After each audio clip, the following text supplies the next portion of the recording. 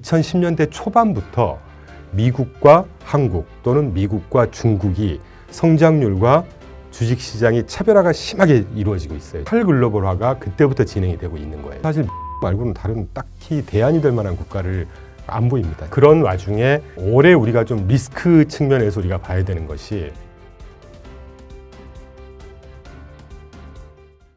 행부 반갑습니다. 오늘은 레그넘 투자자문의 이충강 대표님 모셨습니다. 대표님 반갑습니다. 네, 안녕하셨어요. 네, 또 불러주셔서 감사합니다. 저번에 이어서 또 이게 저희가 요청하게 됐는데 예. 대표님께서 보시는 또 올해 좀 상반기, 하반기 좀 나눠서 증시에 대한 방향성을 현 시점에서 한번 잡아보신다면 어떠한 방향성을 잡고 계실까요? 사실은 보통 우리가 연초 연말 되면 이렇게 막 상고하죠, 상조하고 이런 식으로 표현하잖아요. 그죠. 근데 저희는 사실 그런 표현을 조금 감히 하기가 좀 부담스럽고 왜 그러냐 하면 당장 일주일이 있다가도 어떤 시장이 뭐 이슈가 생길지 모르는 게 시장이니까. 그렇죠. 사실은 이제 죄송한 말씀이긴 한데 상조하고냐 상고하자냐 상하반기를 구분하지는 못하겠습니다. 그럼 그때 가서 데이터를 봐야 판단할 수 있는 것이고, 저희 자취 유튜브에 범피라이즈라고 해서, 범피라고 하면 이렇게 약간 울퉁불퉁하다는 얘기잖아요. 그래서 올해 우상향이긴 하지만 작은 파동들은 여전히 있을 거다. 범피하게 하지만 그래도 올라갈 거다라고 하는 걸 이제 짧게 좀 정확한 유튜브로 올렸는데, 거기에서 이제 주요한 내용을 몇 가지 좀 갖고 왔어요. 결론부터 먼저 말씀드리면 올해 우상향은 분명히 하겠지만, 지난번 제가 출연해서 왜 기업 실적들 되게 턴어라운드 할 거고 좋아지는 걸로 예상을 하고 있다 이렇게 말씀을 드렸잖아요. 그러니까 이게 어떻게 보면 말장난일 수도 있지만 기업 실적은 분명히 턴어라운드하고 좋아질 거긴 합니다. 그런데 예상을 좀 비트하지 못하는 경우들이 많이 생길 것 같아요.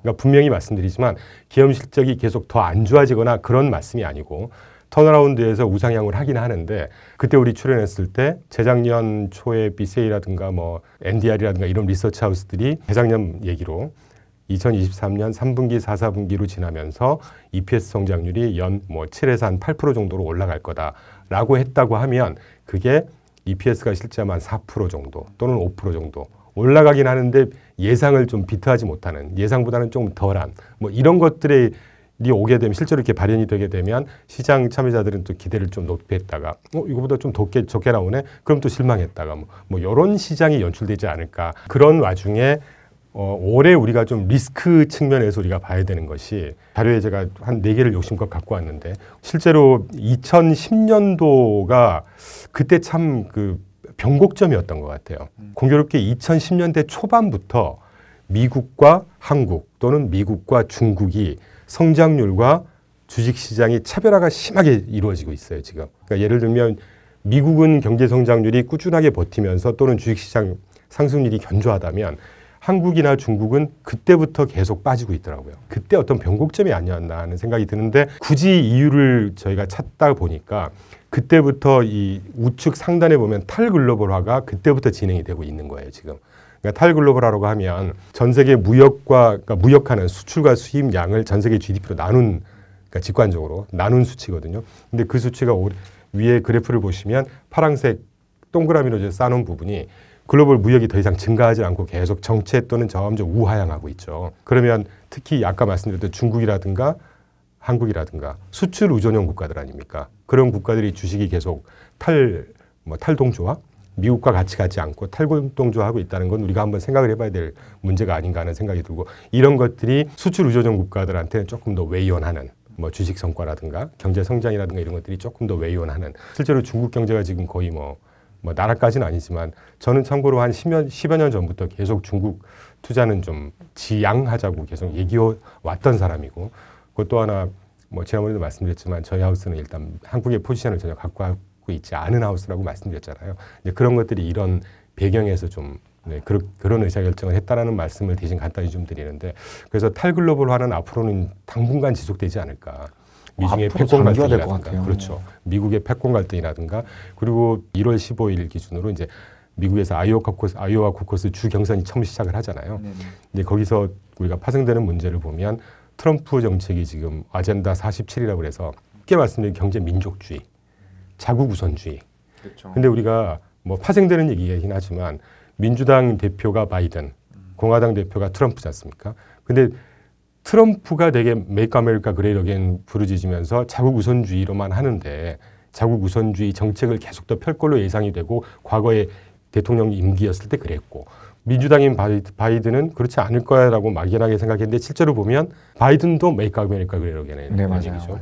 그러니까 대만에서도 민진당이 또 총통으로 당선이 되고 그러니까 친미는 아니지만 대만의 독립을 주장하는 분이란 말이죠. 그러니까 그런 것들을 보고 올해 한 60여 개 국가에서 대선이든 총선이든 계속 예정돼 있다는 거 아닙니까? 그럼 거기서 어떤 이즘을 가진 그 당의 대통령 또는 당이 더 집권을 하게 될지는 모르겠지만 대부분의 우리가 지금 예상할 수 있는 거는 저희가 예상하기로는 경제 민족주의, 자국 우선주의가 더 팽배해질 거란 얘기죠. 그런 것 좀 돌아 설명이 됐는데 그런 것들을 고려하더라도 아까 대표님께서도 언급해 주셨던 대로 당분간 탈글로벌화는 지속되지 않을까 하는 생각이 들죠. 그러니까 이런 것들이 어떤 국가에는 좋지만 어떤 국가에는 또 안 좋은 중국이라든가 아까 연거푸 말씀드린 수출 의존연, 한국 같은 이런 국가들에는 조금 더 악재로 작용하지 않을까? 그 지난번에도 왜 제가 특별한 말씀 안 드렸지만 2024년도에는 차별화가 될 거라고 그때 말씀드렸었잖아요. 그런 것들이 이제 이런 것들을 염두에 두고 말씀드렸던 거거든요. 이제 그런 문제. 그리고 트루플레이션이라든가 저희가 따로 보는 이제 물가 실시간 지표를 보면 최근에 2% 초반대로 계속 떨어지고 있습니다.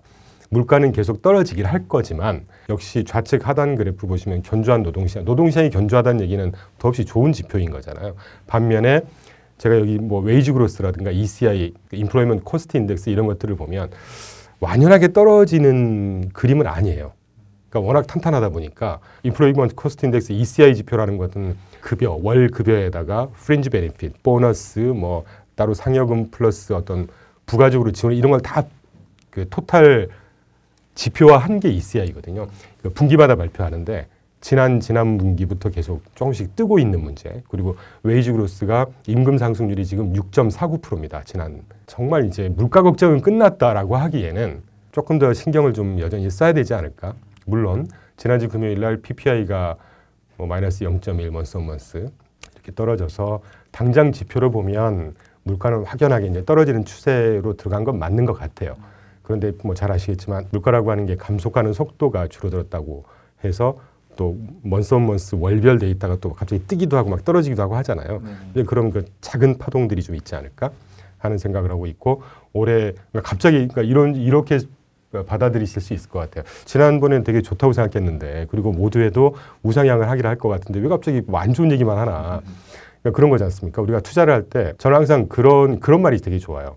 비관론자의 말은 되게 있어 보이고 풍성하지만 결국 낙관론자가 돈을 버는 거거든요. 그렇죠. 그러니까 저는 항상 낙관론을 조금 더 바이어스가 있게끔 시장을 봅니다. 왜냐하면 기회를 찾아야 되니까요. 그렇죠, 그렇죠. 에도 불구하고 리스크 관리는 가장 첫 번째 우리가 먼저 가져가야 되는 투자 전략 중에 아주 중요한 거기 때문에 그런 차원에서 제가 몇 가지만 좀 소개를 드리고 있다는 말씀을 다시 한번 드리고 우측 상단에 보면 에너지 전환 비용이라고 제가 써드렸는데 간단히 말씀드리면 제가 근무했던 JP몰이라든가 골드만삭스라든가 전 세계 자본 시장을 이끌어가는 이런 거대 공룡 기업들이 근한 20년 전부터 이 ESG 인테그레이션이라고 해서 ESG를 실제 투자에 다 접목을 하기 시작했어요. 그런 움직임만 보더라도 올해부터 본격화될지는 모르겠습니다만 일반 기업들이 탄소 감축, 기후 환경에 대응하는 체제로의 어떤 설비 투자라든가 또 그런 탄소 감축을 위한 새로운 플랫폼 또는 시스템을 구비하기 위한 에너지 트랜지션이라고 하는데 거기에 비용이 이제 막대하게 들어갈 거란 말이에요. 물론 거기에 해당되는 분야는 새로운 투자가 일어나니까 또 그때 말씀드린 경제가 이제 생물인 것처럼 한쪽이 안 좋으면 한쪽이 좋은 분야도 있을 겁니다. 그런데 회사의 전반적인 어떤 그 재무 상황으로 보면 일단 비용이란 말이에요. 그렇죠. 그러니까 제가 아까 모두에 기업들의 그 EPS 성장률이 비트를 못하는 경우들이 좀 생길 거다라고 하는 이유 중에 하나가 이런 에너지 전환 비용이 이제 막대하게 들어가면서 좀 더 기업 실적을 좀 외이온하는 짓누르는 이런 현상이 생기지 않을까. 그래서 너무 좋을 거다라는 생각보다는 조금 더 범피하게 왔다 갔다 하면서 우상향하는 이런 움직임이 되지 않을까. 그래서 지난번에 제가 살짝 설명드렸던 것이 지난 8, 9, 10월 달 금리 파동 이제 끝났다고 보면서 앞으로는 정말 전문가들의 시장이 될 거다라는 말씀을 드렸었잖아요. 네네. 그래서 이제 이런 것들을 고려해서 제가 간단히 그때 이런 말씀을 드렸었고 또 하나 가장 중요한 것은 기업들의 가격 결정력 약화가 조금 예상이 되는 것 같고 이 말이 무슨 말이냐면 그때도 설명드렸던 대로 팬데믹 이후에 억누르던 수요가 폭발하고 그러면서 물가를 확 올렸고 그리고 2년 있다가 2021년도인가로 기억하는데 러시아가 우크라이나 전쟁 벌이면서 원자재 값들이 폭등하고 그 이후에 인플레이션이 확 오면서 기업들이 이제 가격 결정력, 기업들이 인플레이션 시기가 되면 제품 가격들을 확 올린다고 했지 않습니까? 참고로 유럽 같은 데서는 그걸 그리드플레이션이라고 그래요.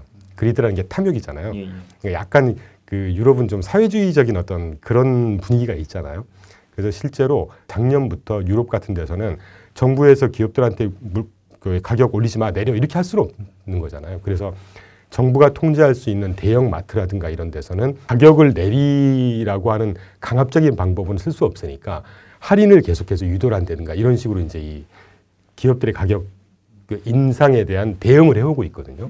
더군다나 최근에 그 인플레이션이 이제 2%대, 3%대로 축축 떨어지고 있지 않습니까? 그러면 물가 상승률이 진정이 되면 기업들이 가격을 소위 그 짱짱하게 올릴 수 있는 이런 토양이 사라진다는 얘기죠.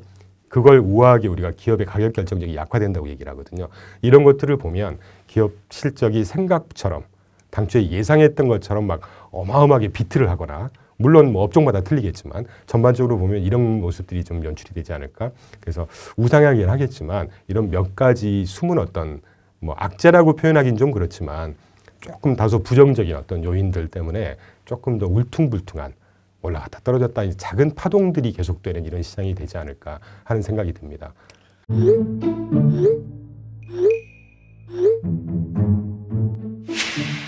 산업 분석 많이 어려우시죠? 더 이상 어려워하지 마세요. 저랑 함께 Y하우와 순서대로 공부하다 보면 2024년 주도 산업이 보일 겁니다. 제가 준비한 한보따리로 같이 산업 공부 해볼까요?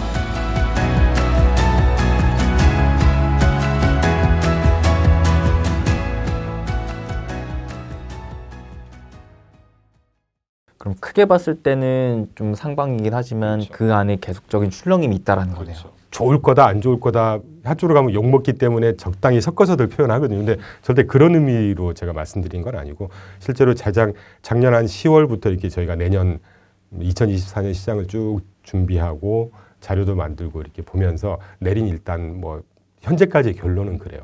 그래서 이런 몇 가지 조금 더 부정적인 요인들도 우리가 고려를 좀 해야 되지 않을까. 사실 그렇잖아요. 무조건 좋다고 해서 지르는 것보다는 안 좋다고 해서 조금 조심스럽게 맞춰가는 게 그때도 말씀드렸지만 저희가 그렇게 운용 전략을 가져가고 있거든요. 시장이 올라간다고 해서 뭐 1등 했다가 빠지면 그대로 노출해서 꼴등 했다가 이거는 좀 지향을 하는 하우스다 보니까 저희가 시장을 볼 때도 조금 더 균형 있게 보고자 합니다. 그런 차원에서 제가 몇 가지 말씀드린 거는 뭐 고려를 해주셨으면 좋겠어요. 그럼 반대로 이제 말씀하셨던 거를 좀 종합했을 때는 결국에는 울퉁불퉁한 구간에서 이 빠질 때 내가 팔기보다는 좀 사 놓으면 그렇죠. 또 기회가 될 수 있고 반대로 좀 이거 너무 과한데 싶은 탐욕 구간에서는 조금 이제 팔아주면 그렇죠. 반대로 다음에 하락 구간을 좀 버틸 수 있을 만한 체력을 확보할 수 있는 거니까. 되게 좋은 말씀이신데 주식의 명언이 망고불면의 법칙이 하나 있지 않습니까? 싸게 사서 비싸게 파는 거. 그럼요. 네. 비쌀 때 팔고 싸게 사는 거. 네. 그게 이제 올라갈 때 팔고 빠질 때 사야 되는데 일반 투자자분들의 보통 분들은 빠지면 이제 올라가겠지 하고 버틴단 말이죠.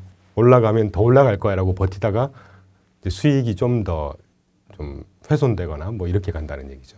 근데 그런 의사결정은 이제 여러분께서 잘 좀 판단을 하셔야 되지 않을까 생각이 듭니다.